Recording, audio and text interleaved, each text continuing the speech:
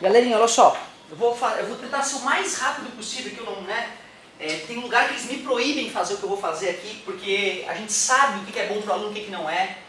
Né? Não se esqueçam, gente, aula não ensina. Não é, você pode assistir todas as aulas do mundo de espelhos, tu nunca vai ficar bom em espelhos. Eu não estou querendo te ofender. Eu estou querendo te dizer, na verdade, que tu só vai aprender o dia que tu fizer exercício.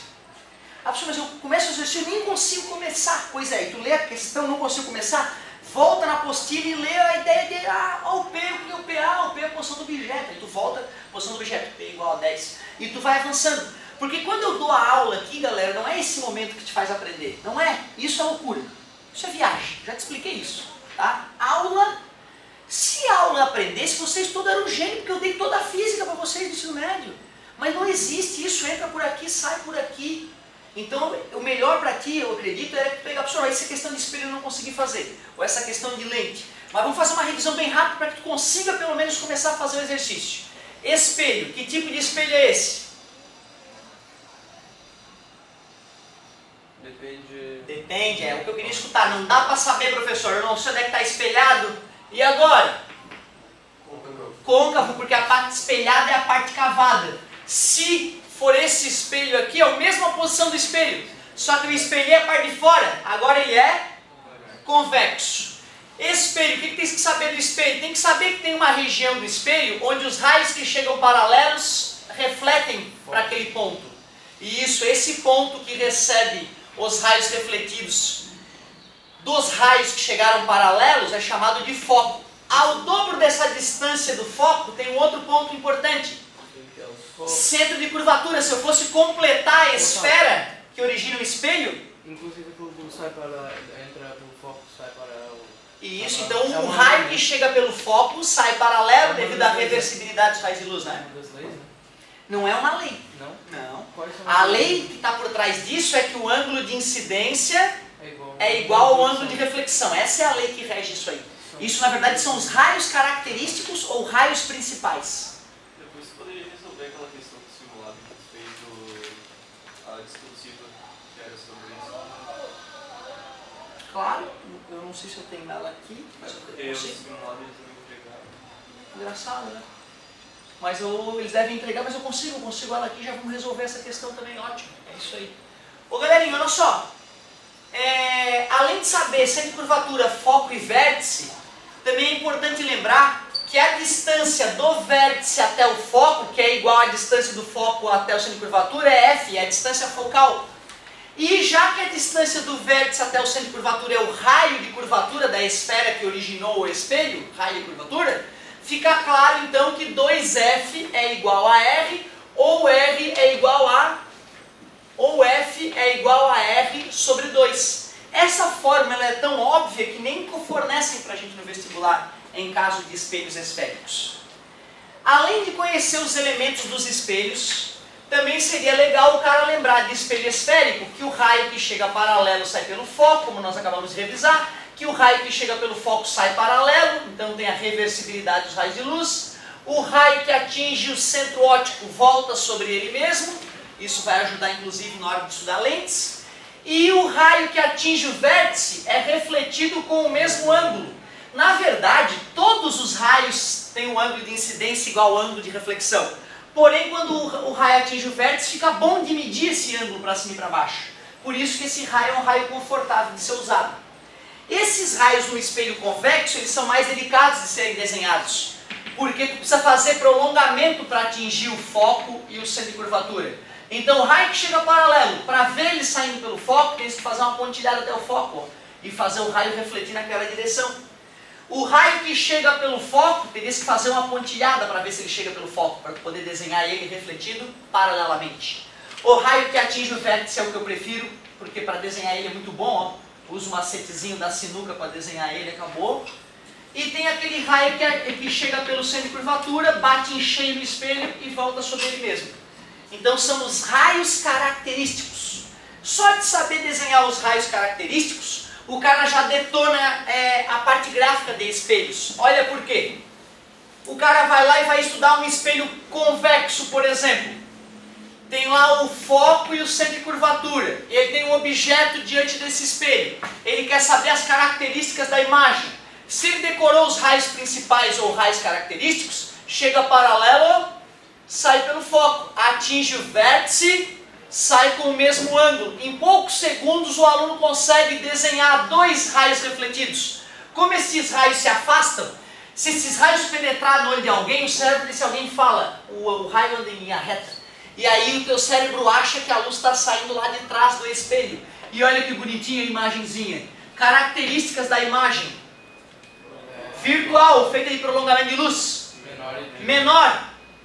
Direita, a setinha está para cima. VMED, virtual, menor, direita. Por isso que, via de regra, para espelho convexo, a gente nem faz desenho. A gente não faz desenho porque a gente decora VMED. Cuidado, né? A galera decora VMED e não sabe o que é VMED. Aí não adianta decorar. Tem que saber que é virtual, menor e direita. E inverso, né? Como é que é? A reversa. Reversa aquela situação que a gente estudou primeiramente no espelho plano, né? Mas esse fenômeno de reversibilidade também vai ocorrer nessa situação. Boa observação. Agora, olha só. O espelho que dá mais trabalho para fazer análise gráfica é o espelho côncavo. O espelho côncavo, porque nesse caso do espelho côncavo, 1, 2, 3, 4, 1, 2, 3, 4, observe como eu estou obedecendo aquilo que eu acabei de falar para vocês, que essas distâncias são iguais. Eu tenho várias possibilidades para colocar o objeto. Eu posso colocar o objeto atrás do centro de curvatura, por exemplo. Aí o raio que chega paralelo, sai pelo foco, o raio que atinge o vértice, sai com o mesmo ângulo. E aí onde os raios se encontram é onde vai estar a imagem. Então quer dizer que no espelho côncavo, quando o objeto está atrás do centro de curvatura, a imagem fica menor, real e invertida, e sempre estará entre foco e centro de curvatura. Se eu aproximo o objeto, vamos colocar o objeto aqui agora, vou fazer um objeto de uma outra cor agora. Não vou nem apagar o outro, vou colocar aqui o objeto bem no centro de curvatura, o raio que chega paralelo, está aqui ele. O raio que atinge o vértice sai com o mesmo ângulo. E esses raios eles vão se encontrar também bem no centro de curvatura. Eles acabam se encontrando bem no centro de curvatura. Então qual é a característica da imagem? Objeto e imagem. Real igual e invertida, né? É isso aí, show de bola. Observem que quando o objeto se aproximou, a imagem se afastou e cresceu. Vou aproximar ainda mais o objeto. Vou fazer o objeto agora entre foco e centro de curvatura. O raio que chega paralelo sai pelo foco, mesmo raio, não mudou. Ó. O raio que atinge o vértice sai com o mesmo ângulo. Esses raios agora vão se encontrar atrás, ó. Olha a imagem. O que está acontecendo, gente? Quanto mais eu aproximo o objeto, mais a imagem se afasta e cresce. E cresce. O objeto é o mesmo, tá vendo? Ó? E o que vai acontecer quando eu colocar o objeto bem no centro de curvatura? Vai dar uma imagem imprópria. Porque o raio que chega paralelo sai pelo foco. O raio que atinge o vértice sai com o mesmo ângulo. E os raios emergem paralelamente. A imagem se forma no infinito, com tamanho infinito. Olha que interessante. Né? Show de bola. E finalmente, se eu aproximo um pouco mais ainda o objeto, muda tudo. E é a forma mais comum de nós usarmos os espelhos esféricos. O raio que chega paralelo, sai pelo foco. O raio que atinge o vértice sai com o mesmo ângulo, já que os raios refletidos estão se afastando, e ao prolongar eu vejo que a imagem, neste caso, virtual, maior e direita. Assim a gente consegue mapear 1, 2, 3, 4, 5 diferentes situações para o espelho côncavo. Eu não recomendo que vocês decorem essas situações. Eu recomendo que tu decore que o raio que chega paralelo e o raio que atinge o vértice sai com o mesmo ângulo, faz um esbocinho com carinho, mas tem que ter feito o esboço em casa uma vez na vida, porque a primeira vez que eu fui fazer esse esboço ficou nojo. Eu tive que fazer 3, 4 vezes o esboço para agora ficou legal o meu esboço. A parte gráfica foi revisada. Agora o seguinte, ó, a distância do espelho até o objeto a gente chama matematicamente de PP de posição. A distância do vértice do espelho até a imagem, aquela primeira imagem, a branquinha, ó, a gente chama de P'. E eu já avisei vocês que a distância do vértice até o foco é o F, né? a gente chama de I a altura da imagem e de O a altura do objeto.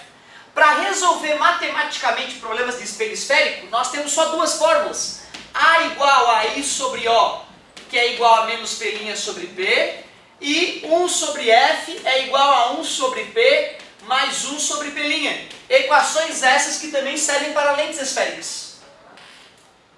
Para a gente poder matar questões matemáticas de espelhos, a gente só tem que lembrar de algumas coisas bobas. Regra de sinal para I e para O.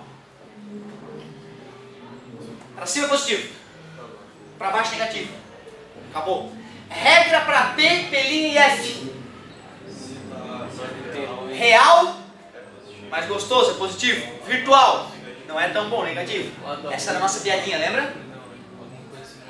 E isso, para espelho serve lado da luz e lado da escuridão. Para lente não, porque a luz atravessa a lente, aí tem que pensar em real e virtual, como ele falou. Por isso que é melhor pensar em real e virtual, que fica geral, né? Qual espelho tem a distância focal virtual? Qual espelho a distância focal fica para trás dele?